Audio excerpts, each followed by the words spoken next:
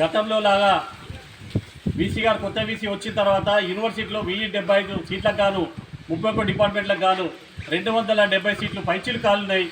భర్తీ అయిన గత 15 రోజుల నుంచి అన్ని విద్యా సంఘాలు కూడా వీసీ గారికి మెమోరాండం ఇవ్వడం జరిగింది. ఒక పక్క ముఖ్యమంత్రి రేవంత్ రెడ్డి ఏ ప్రభుత్వ యూనివర్సిటీలో కానీ ఎక్కడ కూడా ఒక సీటు కలుగుతుందని చెప్తా ఉన్నారు. మరి చెప్పే విధంగానే ఈరోజు విద్యా సంఘాలు కూడా వచ్చి వీసీ గారి సీట్లు భర్తీ చేయమంటే మరి హైయర్ ఎడ్యుకేషన్ నుంచి పర్మిషన్ రాలేదంటున్నారు, పుట్టి సాకులు చెప్తా ఉన్నారు. ఆ వీసీ గారిని విద్యార్థుల వీసీ గారిని సంబంధించి అధికారులు మిస్గైడ్ చేస్తున్నారు. తక్షణమే ఖాళీలో సీట్లు భర్తీ చేయాలని, మరి యూనివర్సిటీలో ఉన్న బీడీ సారంపూర్ క్యాంపస్లో ఇక్కడి పిల్లలకు ఆశ్రమతాన్ని కల్పించాలని చెప్పి గత నెల నుంచి కోరుతూ ఉంటే ఈరోజు వీసీ గారు దానికి సమయపాలన పాటిస్తున్నారు. 2 రోజులుగా గడువు అడిగిరు. వారికి విద్యార్థులందరికీ బీడీ విద్యార్థులకు హాస్టల్ తీయాలా.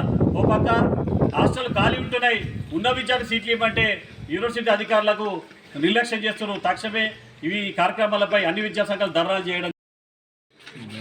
తెలంగాణ రాష్ట్రంలో మారుమూల ప్రాంతాల అందరికీ కూడా నాణ్యమైనటువంటి విద్యను అందించడానికి 2006 సంవత్సరంలో స్వర్గీయ వైఎస్ గారు ఈ యొక్క యూనివర్సిటీని స్థాపించడం జరిగింది.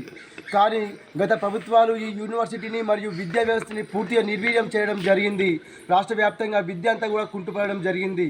ఇప్పుడు వచ్చినటువంటి కాంగ్రెస్ ప్రభుత్వంలో ఉన్నటువంటి గౌరవ ముఖ్యమంత్రి రేవంత్ రెడ్డి గారు ప్రతి ఒక్క విశ్వవిద్యాలయంలో ఏ ఒక్క సీటు కూడా ఖాళీగా ఉంచకుండా పూర్తిగా ఫుల్ఫిల్ చేయమని చెప్పడం జరిగింది. కానీ ఇప్పుడు ఉన్నటువంటి వీసీ ఈ యొక్క విషయంపై పలుమార్లు వినిపించినప్పటికీ కూడా వారు ఎటువంటి నిర్ణయాన్ని మాకు సానుకూలంగా స్పందించడం లేదు.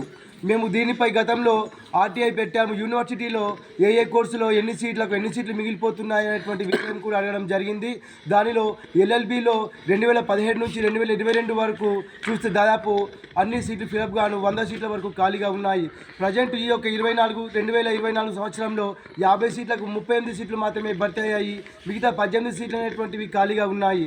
నిజామాబాదు, ఆదిలాబాదు, మెదకు ఈ 3 ఉమ్మడి జిల్లాలు కలుపుకొని ఈ యొక్క యూనివర్సిటీ అనేటువంటి స్థాపించడం జరిగింది. ఈ యొక్క స్థాపించినటువంటి యూనివర్సిటీ ఏం ప్రయోజనము? విద్యార్థులకు కావాల్సినటువంటి నాణ్యమైనటువంటి విద్యను అందించడమే లేదు. దీనికి ప్రత్యక్ష సాక్ష్యము ప్రజెంట్ 228 సీట్లు మిగిలిపోయాయి.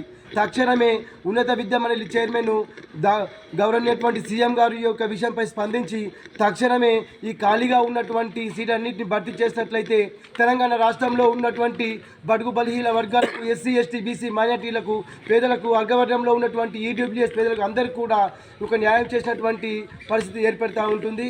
తక్షణమే దీనిపై స్పందించి గౌరవ వీసీ గారు గత 2-3 రోజుల్లోనే దీనిపై చర్య తీసుకొని పూర్తిగా यूनिवर्सिटी पर पहुंचकर आज वीसी साहब से मुलाकात करें हैं, जिसमें जो स्पॉट एडमिशन जो बीएड सीट लास्ट सीट ये पूरे खाली है, पूरे फिलअप करो बोल के। और रेवंत रेड्डी साहब बोल रहे हैं कि पूरे यूनिवर्सिटी में जितने भी सीट्स खाली हैं पूरे फिलअप करना। वीसी सर आने के बाद हायर एजुकेशन का हमको परमिशन नहीं है बोले, लिहाजा इस पर गवर्नमेंट एक्शन लेना।